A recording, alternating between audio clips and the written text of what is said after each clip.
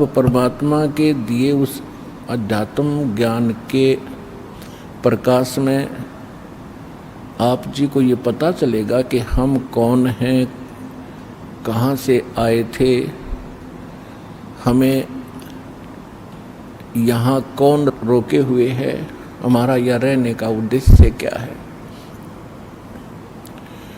तो ये जानकारी स्वयं परमात्मा ही बताते हैं।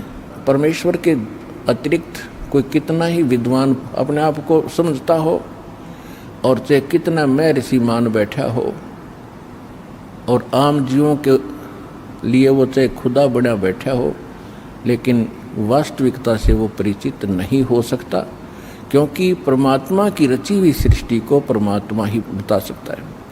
बाकी तो ये वैज्ञानिक भी अटकलबाजी लगा रहे हैं, परमात्मा के दिए हुए मटेरियल पर, पदार्थों पर अनुसंधान करके ही अपनी सोच अनुसार ये जो भी निष्कर्ष निकाल रहे हैं।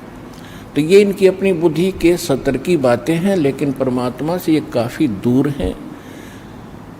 तो इसी प्रकार जितने भी महापुरुष, ऋषि, महर्षि, संत हुए हैं, जिन महापुरुषों को परमात्मा स्वयं आकर मिले हैं, उन्होंने तो सत्य कहा ही कहा है, लेकिन उनकी गिनती बहुत कम थी।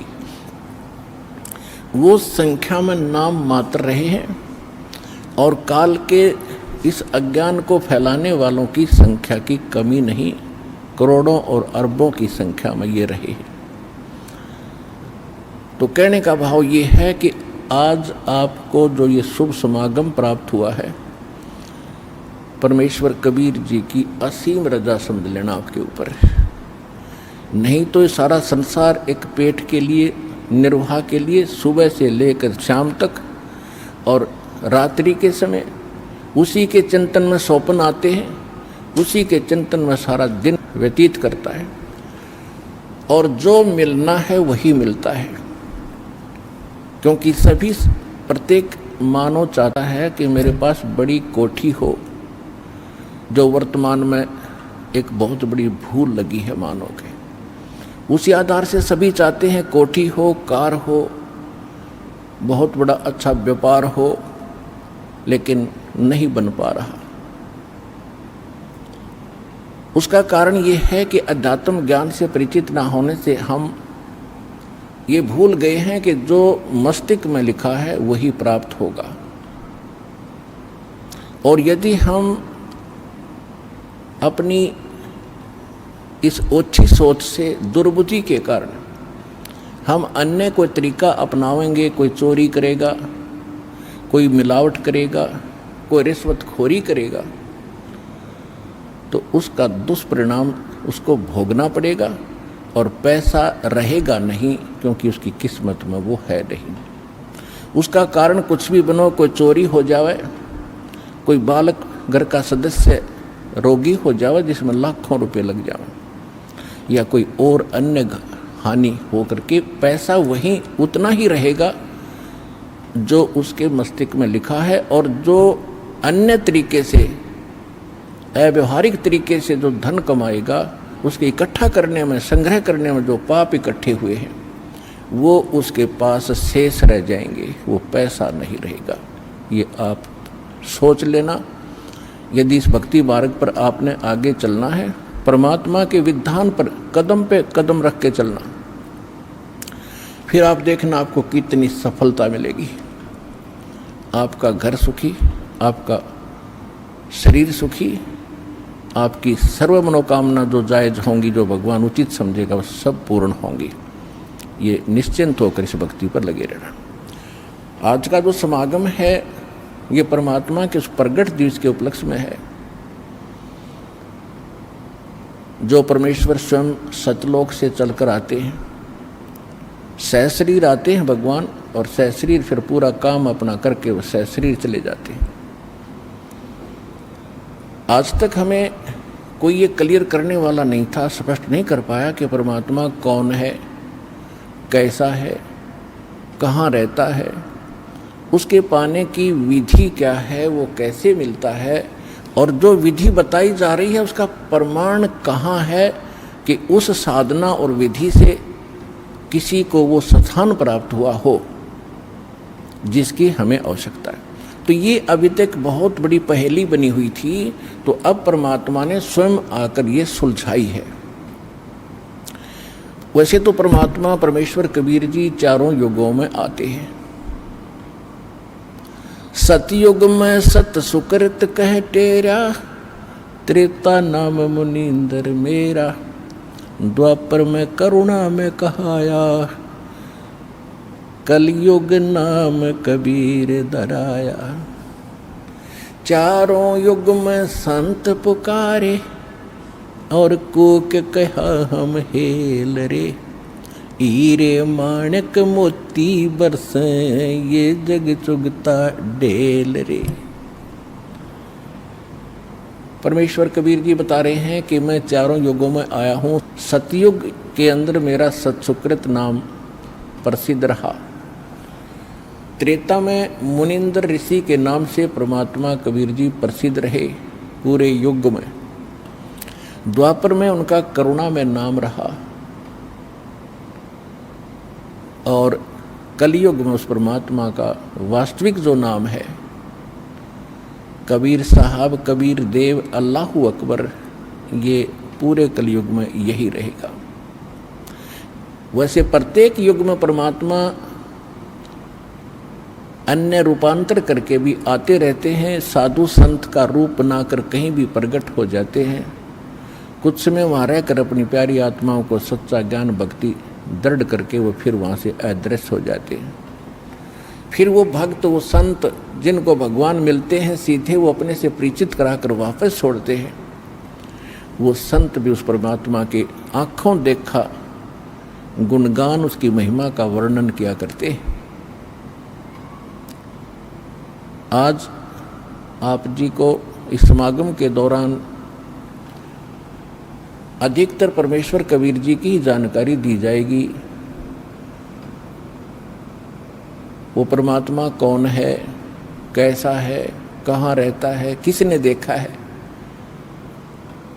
और एक आम कहावत है अपने हिंदुस्तान के अंदर, कोई व्यक्ति कुछ बात कह रहा होता है तो उसको कहते हैं आप कौन से भगवान से मिलकर आए हो जो ऐसी बड़ी बड़ी बातें कर रहे हो। आप जी को उन महापुरुषों के प्रमाण दिए जाएंगे जो भगवान से मिलकर आए हैं। इसको हम मानते हैं कि जो भगवान से मिलकर आया है वो सच्ची कहता है।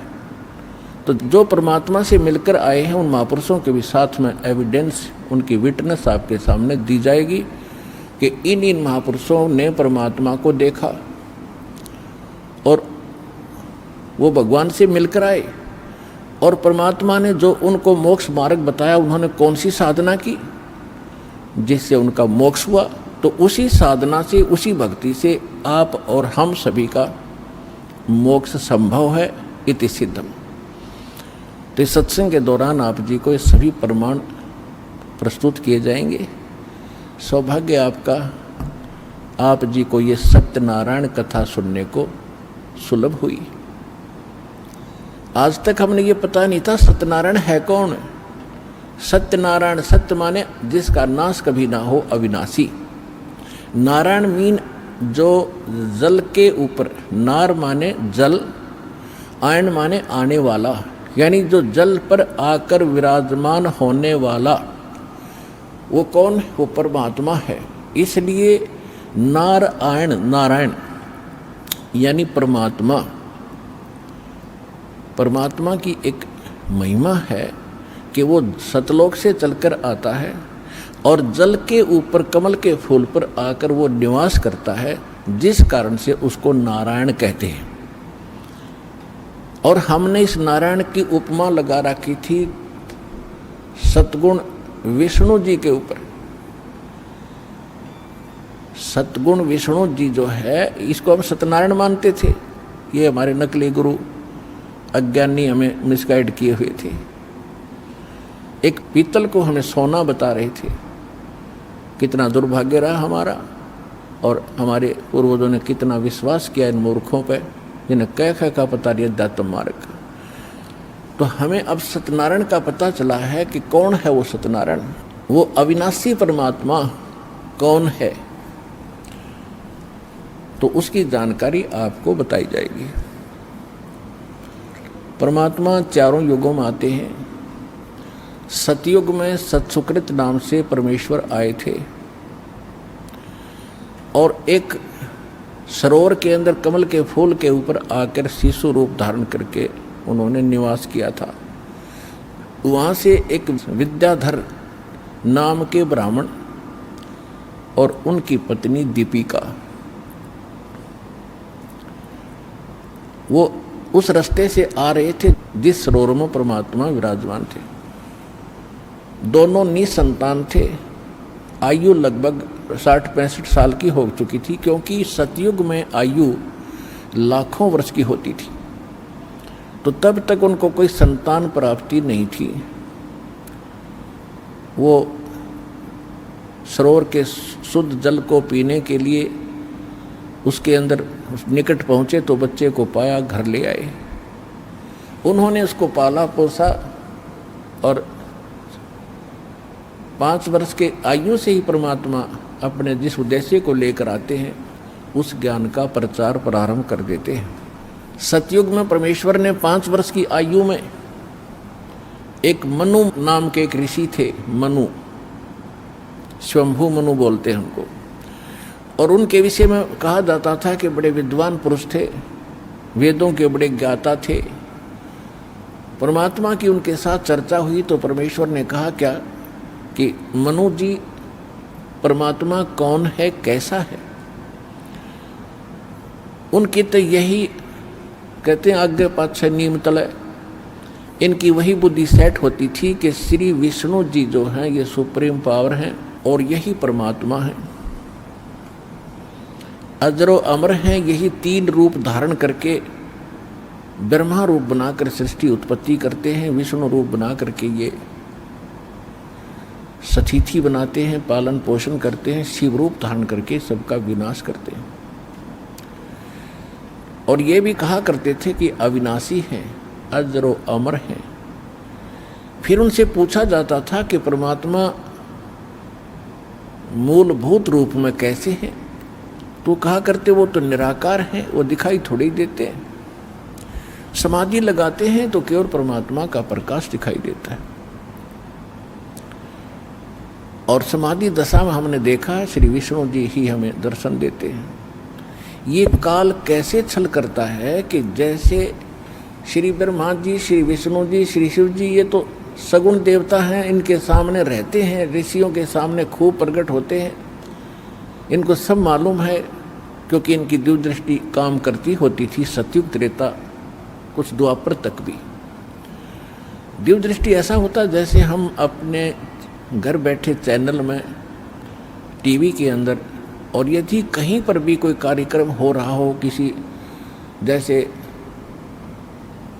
पार्लियामेंट के अंदर कोई सेशन चलता है तो मीडिया वाले डायरेक्ट दिखा देते हैं तो हम घर बैठे देख लेते। ऐसे उनकी दिव्यदृष्टि होती थी, उन भगवानों को वहाँ बैठा भी देख लेते थे, कहाँ क्या कार्य कर रहे हैं, कैसे रह रहे। वो सामने भी होते थे। जब समाधि ये लगाने की चेष्टा करते थे तो ये काल क्या करता है, किसी को तो विष्णु जी के रूप में दर्शन दे देता है तो विष्णु का पुजारी हो जाता है, गुण गाता फिरता है कि हमने जान दिया, देख लिया, ये अपने आप को छुपाए हुए हैं श्री विष्णु जी जो सगुण देवता है, 3 देवताओं में से ये सर्वशक्तिमान है, सर्वेश्वर है। हमने समाधि दशा में इसके दर्शन हुए। किसी को ब्रह्मा जी के रूप में दर्शन दे देता है, वो ब्रह्मा के गुण गाता है, ब्रह्मा सर्वशक्तिमान है, ये सब के मालिक है, सतिथि उत्पत्ति संहार यही करते हैं। किसी को शंकर के रूप में दर्शन दे देता जब ये समाधि के डले ढोते। इस प्रकार इनको भ्रमित ज्ञान प्राप्त रहा है। तो परमात्मा कहा करते थे क्या आप वेदों को मानते हैं? अरे वाह, वेदों को कौन नहीं मानेगा, मनु जी का उत्तर होता था। तो परमात्मा उनको कहा करते थे कि ऋग्वेद मंडल नंबर 9 और सूक्त 86 मंत्र 26-27 में देखिएगा, वो परमात्मा सतलोक में रहता है, वहां से सह शरीर आता, चल कर आता, अच्छी आत्माओं को मिलता है।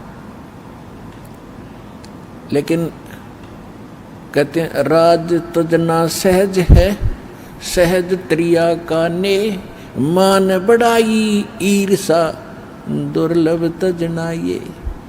राज्य भी त्याग सकता है इंसान और अपनी स्त्री का मोह भी त्याग सकता है, लेकिन मान बढ़ाई और ईर्ष्या को नहीं छोड़ सकता। और मान बढ़ाई ईर्ष्या छोड़े बिना भगवान नहीं मिल सकते। तो इन ऋषियों के सामने ये 8 अड़गी मान बढ़ाई की हम ब्राह्मण, हम विद्वान पुरुष, सर्वश्रेष्ठ मानव, और ये क्या जाने कल का बच्चा। लेकिन उस समय परमात्मा भी ब्राह्मण ही कहलाते थे, क्योंकि ब्राह्मण के घर प्रवेश हो रही थी और ब्राह्मणों की बात उस समय सुनी जाती थी, अन्य की तो कोई सुनता ही नहीं था। तो ये कहकर टाल देते थे कि ये विद्याधर का बालक मूर्ख है, ये पता नहीं कौन इसके कमबख्त पैदा हो गया है, इसकी बातें मत सुनो, ये तो ऊट पटांग बकवास करता है, सारी उल्टी बातें करता है और खुद को ये भगवान कहता है। और परमात्मा कहा करते जो उसमें कबीर देव लिखा है ना तुम्हारे वेदों में, वो कबीर देव मैं ही हूँ। लेकिन ये उनका गले बात उतरी नहीं और परमेश्वर को वामदेव कहने लगे। वामदेव, वामदेव का अर्थ होता है उल्टा ज्ञान देने वाला देवता। वाम माने उल्टा, जैसे दाएं हाथ को कहते हैं हम सुल्टा हाथ और बाएं हाथ को कहते हैं उल्टा बामा। तो ऐसे उन्होंने उसका वामदेव माने उल्टा अर्थ लगाने वाला, उल्टा ज्ञान बताने वाला वामदेव नाम पक गया मालिक का सत सुकृत के स्थान पर, जबकि उल्टा ज्ञान स्वयं दे रहे थे और परमात्मा सत्य कह रहे थे उसके बारे में। ये ऐसा